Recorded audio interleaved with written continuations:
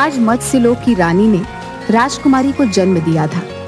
पूरे मत्स्यलोक में खुशियां मनाई जा रही थी। महारानी ने जादूगरनी सुमी को बुलाया। सुमी, मेरी बेटी वो है जिसे इस ब्रह्मांड ने अपने आखिरी वंशज के रूप में चुना है, जिसकी मृत्यु के पश्चात उसका रक्त नीलमणि में बदल जाएगा। मेरी बेटी को अपनी ये नीलमणि उसके राज्याभिषेक होते ही प्राप्त हो जाएगी। उसे हमारे देवताओं ने हम सबकी भलाई के लिए चुना है। उस नीलमणि में इतनी शक्ति होगी कि पूरे ब्रह्मांड को अपने अंदर समाहित कर सकती है। इसे धारण करने वाला यथाशक्ति का मालिक होगा। लेकिन अगर ये नीलमणि किसी गलत हाथों में पड़ गई तो तुम कल्पना भी नहीं कर सकती कि इसका परिणाम क्या होगा। ऐसा क्यों महारानी? राजकुमारी के 18 वर्ष के होते ही इसका राज्याभिषेक किया जाएगा, लेकिन उससे पूर्व इसकी जान को खतरा है। खतरा? कैसा खतरा महारानी? 18 वर्ष की होने पर इसके अंदर सभी शक्तियां जागृत हो जाएंगी, लेकिन उस समय इसका विवाहित होना भी जरूरी है।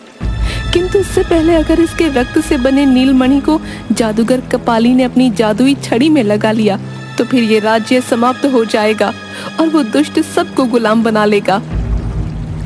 अभी वे बात कर ही रहे थे कि एक दासी दौड़ती हुई आई। महारानी, जादूगर कपाली ने महल पर हमला कर दिया है। सुमी, तुम कपाली की सगी बहन हो, पर मुझे तुम पर अपनी दोस्ती पर भरोसा है। अपनी जादुई विद्या से तुम ही मत्स्यलोक की रक्षा कर सकती हो। मैं अपनी जादुई शक्तियों से मत्स्यलोक को पानी के जादुई शीशे से पूरी तरह से बंद कर दूंगी, जिससे ये हमेशा सुरक्षित रहेगा। सुमी, ये नीलमणि मेरी निशानी है। तुम इसे राजकुमारी के गले में डाल दो। अब सब तुम्हारे हवाले है। ऐसा कहते ही महारानी ने अपने प्राण त्याग दिए। महारानी के मरते ही सारे लोक में दुख का माहौल छा गया। सागर में तूफान उठने लगा, सारा पानी मैला होने लगा। इतने तूफान में कपाली को कुछ हासिल न हुआ और वो कुछ पता न लगा पाया। राजकुमारी की रक्षा के लिए उसे यहाँ से पृथ्वी लोक छोड़ना होगा, वरना जादूगर कपाली उसका पता लगा लेगा। सुमी जादूगरनी राजकुमारी को एक छोटी सी बच्ची के रूप में बदल देती है और सागर में खड़ी एक नाव में रख देती है। आज मैं अपनी नाव को समुद्र के बीच में ले जाऊंगा। आसमान साफ है, आज काफी मछलियां पकड़ में आ जाएंगी। हाँ। अचानक भीमा को नाव में से किसी बच्ची की रोने की आवाज आती है। हे भगवान, मेरी नाव में ये छोटी सी बच्ची किसकी है? देखने में तो किसी राजघराने की लगती है। इसे घर ले चलता हूँ। अरे भाग्यवान, कहाँ हो? इधर आओ जल्दी। क्या हुआ जी? क्यों चिल्ला रहे हो? अरे, ये किसकी बच्ची उठा लाए आप? अरे उठा के नहीं लाया हूँ। आज जब मैं मछली पकड़ने गया था तो मैंने देखा कि ये रो रही थी। वहां दूर तक कोई नहीं था। लगता है पैदा करके छोड़ दिया है इसे। शायद पालने की हिम्मत नहीं थी। जाने दीजिए, कौन जाने किसके घर की परिस्थितियां कैसी थीं। लगता है इसका हमारे भाग्य में आना तय था, तभी तो इतने सारे मछुआरों के होते हुए ये सिर्फ हमारे घर आई। आपका बहुत बहुत धन्यवाद प्रभु, आपने मेरी सोनी गोद भर दी। धीरे धीरे 14 साल बीत गए। राजकुमारी रिमझिम को भीमा और रमा लाड प्यार से पालने लगे। रिमझिम बचपन से ही बड़ी दयालु थी। वह सबकी सहायता करती थी। एक बार वह अपनी सहेलियों के साथ खेल रही थी कि अचानक उसकी सहेली पेड़ से नीचे गिरने लगी। बचाओ, बचाओ, मुझे बचाओ, रिमझिम मुझे बचाओ। रिमझिम ने अचानक अपना हाथ पेड़ की तरफ किया और उसकी सहेली धीरे से पेड़ के नीचे आ गई। सभी हैरान रह गए। ये तूने कैसे किया? रिमझिम, तूने मुझे बचा लिया। मैंने तो कुछ नहीं किया, ये तो खुद ही हो गया।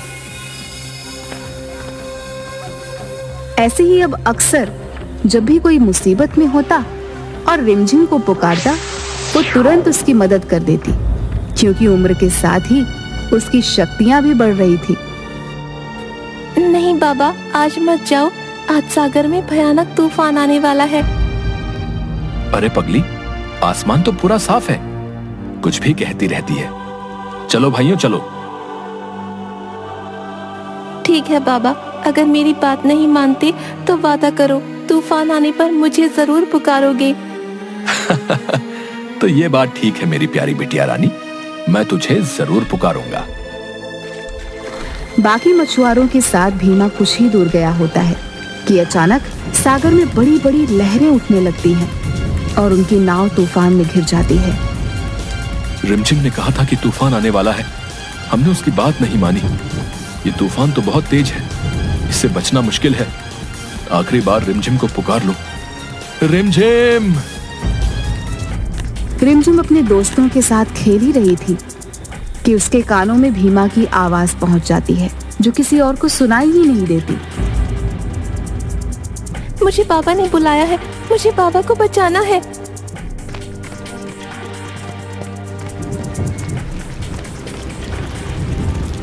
वह दौड़ती हुई सागर के किनारे जाती है और अपने दोनों हाथों में सागर के पानी को भर लेती है। उसके ऐसा करते ही तूफान शांत हो जाता है और भीमा अपने मछुआरे दोस्तों के साथ सही सलामत वापस आ जाता है। आज 17 वर्ष हो गए, लेकिन अपनी जादुई शक्तियों के होते हुए भी मैं राजकुमारी का पता नहीं लगा पाया। अब मेरे पास ज्यादा समय नहीं है।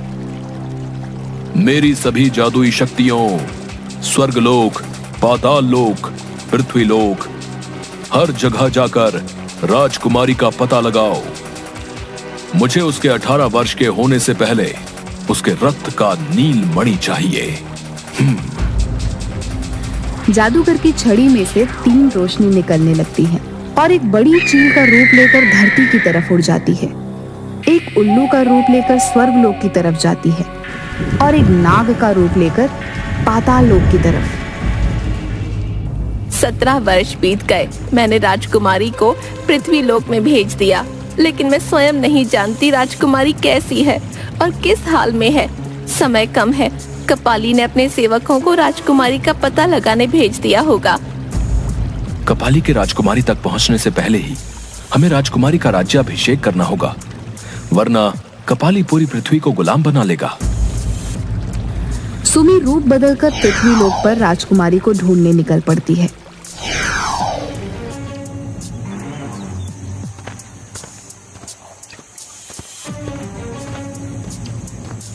राजकुमारी एक बड़ी तितली को जमीन पर गिरा हुआ देखती है। ये इतनी सुंदर तितली है, इतनी बड़ी तितली। तुम कौन हो और मुझे क्यों मारना चाहती हो? मैं रिमझिम हूँ। नहीं नहीं, मैं तुम्हें मारना नहीं चाहती। मैं तो एक जादूगर राजकुमार हूँ, जिसे सजा देने के लिए मेरे पिता जादूगर ने तितली बना दिया, लेकिन तुमने मुझसे बात करके मुझे वापस राजकुमार बना दिया। अपनी शक्ति से अब मैं तुम्हें तितली बनाकर अपने देश ले चलता हूँ। वहां मैं तुम्हें अपनी दुनिया दिखाऊंगा। रिमझिम तितली के रूप में जादूगर राजकुमार के साथ उसके देश चली जाती है। अरे राजकुमार, तुम अपने साथ किसे लेकर आए हो? मुझे तुम्हारे साथ किसी मत्स्य कन्या की खुशबू आ रही है। महाराज, आपका जादू गलत सूचना दे रहा है। मैं तो अपने साथ पृथ्वी लोक की एक लड़की को तितली बनाकर लाया हूँ। राजकुमार जैसे ही तितली को बाहर निकालता है, जादूगर अपने जादू से पहचान लेता है कि वह मत्स्य राज की राजकुमारी है। अरे, ये तो वही राजकुमारी है जिसे बड़े भैया पिछले 18 सालों से ढूंढ रहे हैं। उन्हें तुरंत सूचना देनी होगी। आप ऐसा नहीं कर सकते। मेरा भाई जादूगर कपाली बहुत बड़ा जादूगर है। अगर उसे मैंने सूचना नहीं दी तब भी उससे पता चल जाएगा। मैं नहीं चाहता कि हम दोनों मारे जाएं। भैया, ये जानते हुए भी कि मैं जादूगर कपाली की सगी बहन हूँ, महारानी ने राजकुमारी की सुरक्षा की जिम्मेदारी मुझे दी है। मेरे होते हुए इसका कोई बाल भी बांका नहीं कर सकता। मैं राजकुमारी को लेकर जा रही हूँ। सुमी अपने जादू से राजकुमारी की चारों तरफ सुरक्षा कवच बना देती है और उसे लेकर गायब हो जाती है। जिसे नाजों से पाला वही मेरी हार देखना चाहती है। आज राजकुमारी के साथ सुमी का भी अंत होगा। मैं ब्रह्मांड का सबसे ताकतवर जादूगर बनूंगा। तुम सब मेरे गुलाम बनोगे। नहीं भैया, जब तक मेरे प्राण हैं, मैं सुमी का बाल भी बाका नहीं होने दूंगा। तो ठीक है।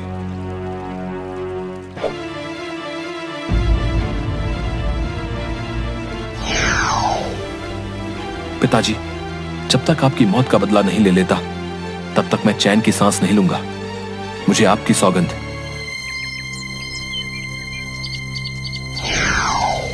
भीमा, रिमझिम मत्स्य लोक की राजकुमारी है। इसके जीवन की रक्षा के लिए हमें आज ही इसका राज्याभिषेक करना होगा। यहीं पर तैयारी करो।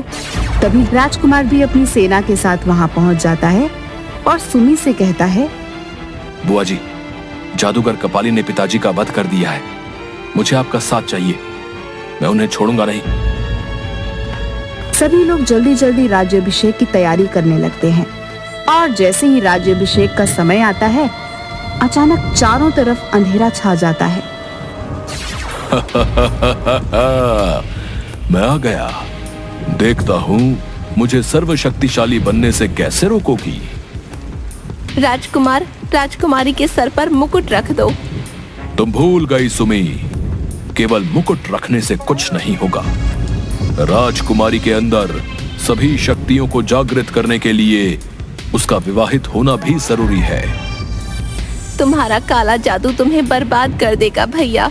तुम जानते हो, गुरुजी ने हम तीनों भाई बहनों को जादू के गुण सिखाए थे और हमसे वादा लिया था कि हम इसका प्रयोग केवल सबकी भलाई के लिए करेंगे। भलाई भलाई के लिए ही तो कर रहा हूँ। अपनी भलाई के लिए।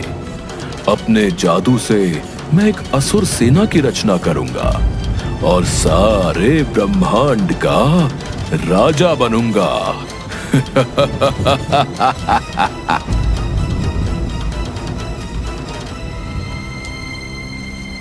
अब मुझे अपनी माया का प्रयोग करना होगा। राजकुमार, क्या तुम राजकुमारी से विवाह करोगे? लगता है विधाता ने तुम्हें ही राजकुमारी के लिए चुना है। भीमा, तुमने इसका पालन किया है। तुम्हें तो इस रिश्ते से कोई ऐतराज तो नहीं? मुझे राजकुमारी पसंद है। मैं राजकुमारी से विवाह करने के लिए तैयार हूँ। नहीं, मुझे कोई ऐतराज नहीं।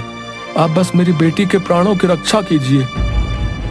मैं यहाँ पर माया से नकली रिमझिम का निर्माण कर रही हूँ, जिसका विवाह किसी मछुआरे से होगा और कपाली जब तक उसे मारने की कोशिश करेगा, तब तक तुम मंदिर में रिमझिम को मुकुट पहनाकर राजकुमार से उसका विवाह करवा दो। रिमझिम के सर पर जादुई मुकुट रखकर उसका राज्याभिषेक कर देता है और राजकुमार उसकी मांग में सिंदूर भर देता है। ऐसा करने के साथ ही रिमझिम की सारी शक्तियां जागृत हो जाती हैं।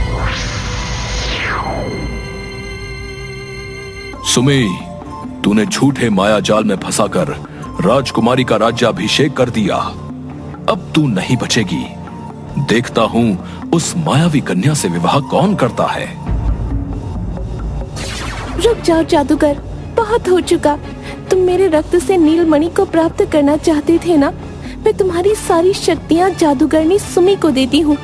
तुम्हारी सारी शक्तियाँ जादूगरनी सुमी के अंदर आ जाएंगी। आज से तुम जादूगरनी सुमी के गुलाम बन के रहोगे। तुम्हें भी तो पता चले कैसा लगता है किसी का गुलाम बनना। नहीं नहीं, ऐसा मत करना। मुझे माफ कर दो, मुझसे गलती हो गई। मेरी शक्तियां मुझसे मत छीनो।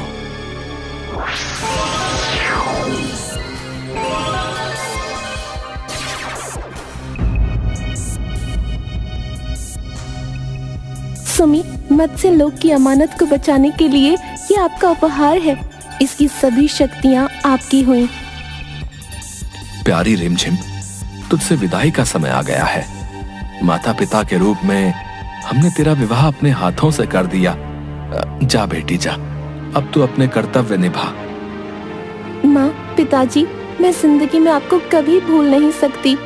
जब मैं थक जाऊंगी और मुझे माँ की गोद की याद आएगी, तो मैं आपके पास आ जाऊंगी।